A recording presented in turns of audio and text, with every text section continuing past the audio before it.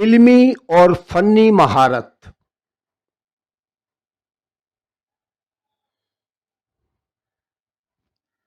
علامہ شبلی نعمانی کے نثر میں علمی گہرائی اور فنی مہارت کا عنصر بڑا واضح ہے۔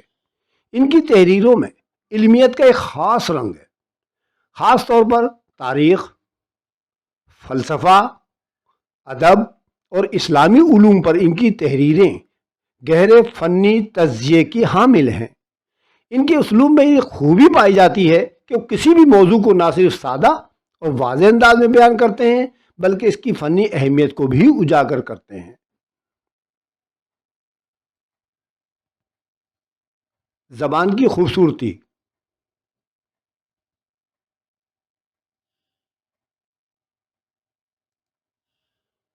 علامہ شبلی کی نثر میں زبان کا انتخاب بے حد عمدہ اور دلکش ہوتا تھا۔ ان کا اسلوب نہ صرف سادہ تھا بلکہ اس میں ایک مخصوص چاشنی اور خوبصورتی بھی تھی جو قاری کو متاثر کرتی تھی۔ وہ الفاظ کا چناؤ اس طرح کرتے تھے کہ ہر جملے میں ایک فنی محنت جھلکتی تھی۔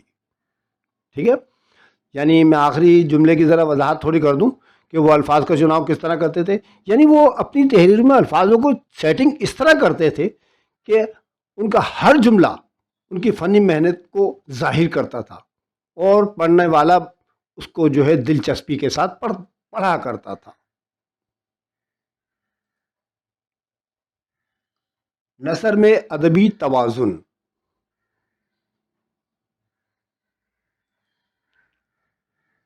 انہوں نے نثر میں ایک ایسے توازن کو پیدا کیا جس میں علمی گہرائی اور ادب کی خوبصورتی کا امتزاج تھا۔ ان کی تحریریں نہ صرف معلوماتی تھیں بلکہ ادبی سطح پر بھی کافی اثر انگیز تھیں۔ انہوں نے زبان و بیان میں جاذبیت اور دلکشی پیدا کی جس کی وجہ سے ان کی تحریریں ایک مخصوص مقام رکھتی ہیں۔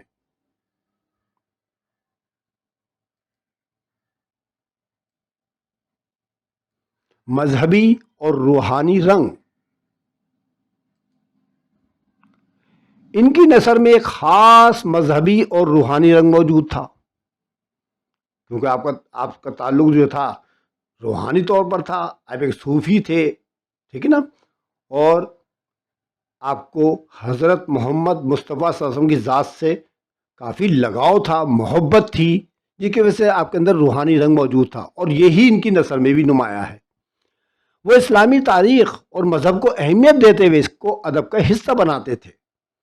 ان کی تحریریں نہ صرف علمی اور تاریخی پہلوؤں کو اجاگر کرتی تھیں بلکہ اسلامی تعلیمات اور نظریات کو بھی ایک منفرد انداز میں بیان کرتی تھیں۔ ذرا یہ آخری لائنوں کی تھوڑی وضاحت کر دوں میں، جیسا کہ میں نے بھی پیچھے کہا تھا کہ مولانا محمد حسین آزاد بھی عناصر خمسہ میں شامل ہیں، لیکن مولانا محمد حسین آزاد جو تھے وہ دراصل انشا پرداز تھے، اور وہ اپنی کہانیوں کے اندر، اپنی نثر نگاری کے اندر انشا پردازی کیا کرتے تھے۔ وہ جھوٹی باتوں کو بھی سن کر سچ بنا کے پیش کر دیا کرتے تھے، یعنی سن کر ہی بیان کر دیا کرتے تھے، تحقیق نہیں کیا کرتے تھے۔ جبکہ مولانا شبلی نعمانی ایک محقق تھے، تنقید نگار تھے، چنانچہ وہ جو بھی بات ان کو سنائی دیتی وہ پڑھتے تو علمی اور تاریخی طور پر اس کی تحقیق کیا کرتے اور پھر اپنے نظریات کو ایک منفرد انداز میں بیان کر دیا کرتے تھے۔ اوکے،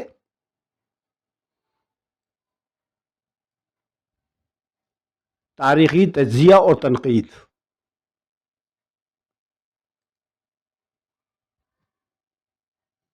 علامہ شبلی نعمانی نے اپنی نثر میں تاریخ اور تاریخی شخصیات کا تجزیہ بے حد سلیقے اور گہرائی سے کیا ہے۔ ٹھیک ہے، مثلاً جیسے ان کے مشہور کام ہے جیسے الفاروق، جو حضرت عمر فاروق رضی اللہ تعالی عنہ کی سیرت پر آپ نے لکھی، اور سیرت النعمان، ٹھیک ہے، یہ دو کتابوں کے میں نے آپ کے نام لکھے ہیں جو سیرت پر موجود ہیں۔ اس کے علاوہ آپ کو میں نے پیچھے بھی بتا دیا کہ محمد صلی اللہ علیہ وسلم کی سیرت پر بہترین کتاب سیرت النبی صلی اللہ علیہ وسلم لکھی۔ تو ان تمام کتابوں میں وہ صرف واقعات کی روایت نہیں پیش کرتے بلکہ ان کا تجزیہ بھی کرتے ہیں، انالائز کرتے ہیں اس کو، اور قاری کو اس میں اہم تاریخی سبق بھی دیتے ہیں۔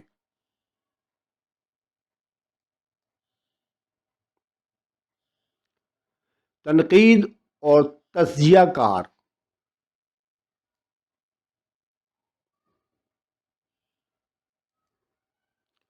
علامہ شبلی نعمانی کی نثر میں تنقید اور تجزیے کی مہارت بھی دیکھی جاتی ہے۔ جیسے کہ میں نے پیچھے آپ کو بتایا، تنقید نگار تھے آپ، ٹھیک ہے نا، اور تجزیہ بھی کرتے تھے، انالائز کرتے تھے، تحقیق کرتے تھے اس کے اوپر۔ وہ کسی بھی موضوع یا شخصیت کا گہرائی سے مطالعہ کرتے اور پھر اس پر تنقید کرتے ہوئے ایک متوازن رائے پیش کرتے۔ ان کی تنقید صرف نکتہ چینی نہیں بلکہ اصلاحی اور فکری بنیادوں پر ہوتی تھی۔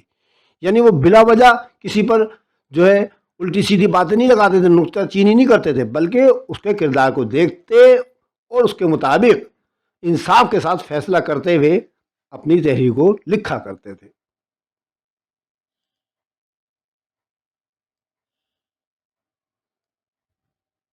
ترکیبوں کا استعمال۔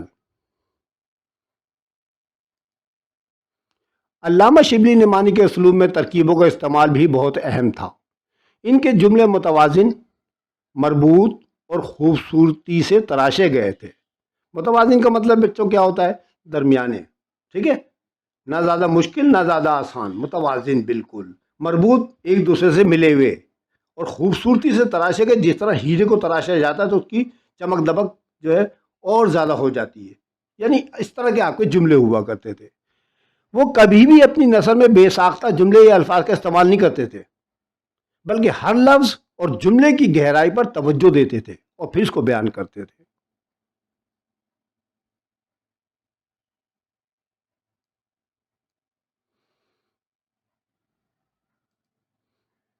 ادبی اور سیاسی شعور۔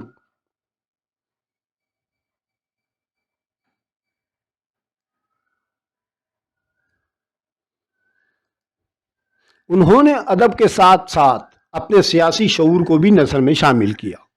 ان کی تحریروں میں ایک نیا ادبی اور سیاسی فکر ابھرتا ہے، خاص طور پر ہندوستانی مسلمانوں کے سیاسی، سماجی اور تعلیمی مسائل کے حوالے سے ان کا نقطہ نظر بہت واضح تھا۔ کردار نگاری۔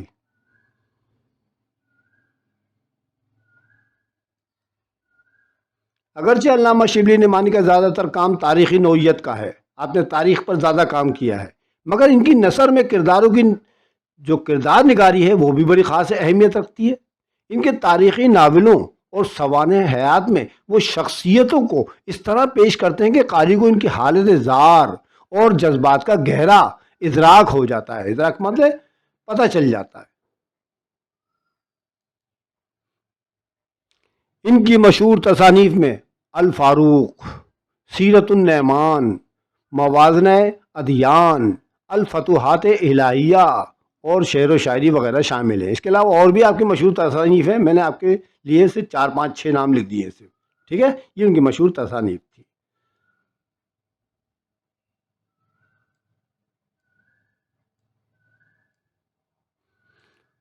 امید ہے کہ آپ کو علامہ شبلی نعمانی کی شخصیت کے اور ان کے نثر نگاری کی خصوصیات پسند آئیں گی۔ آپ ان کو واچ کریں، اس کو نوٹ کریں اور یاد کریے گا۔ اگر آپ کو میری ویڈیو اچھی لگے تو لائک کرنا مت بھولیں، اپنے دوستوں اور ساتھیوں کو لازمی طور پر شیئر کریں، زیادہ سے زیادہ علم پھیلانے میں میرے مددگار ثابت ہوں آپ۔ کامنٹس کریں مجھے، ٹھیک ہے۔ ساتھ ساتھ اگر کسی بچے نے سبسکرائب نہیں کیا تو میری ویڈیو کو، میرے چینل کو، تو آپ اس کو سبسکرائب ضرور کر لیں، بیل آئیکن ضرور پریس کر دیں، کیونکہ آنے والے وقتوں میں آپ کو مزید نثر نگاروں اور شعراء حضرات کی ویڈیوز اپلوڈ کروں گا، آپ ان سے بھی فائدہ اٹھائیے گا، ٹھیک ہے۔ انشاءاللہ اگلی ویڈیو میں پھر آپ سے ملاقات ہوگی، تب تک کے لیے خدا حافظ۔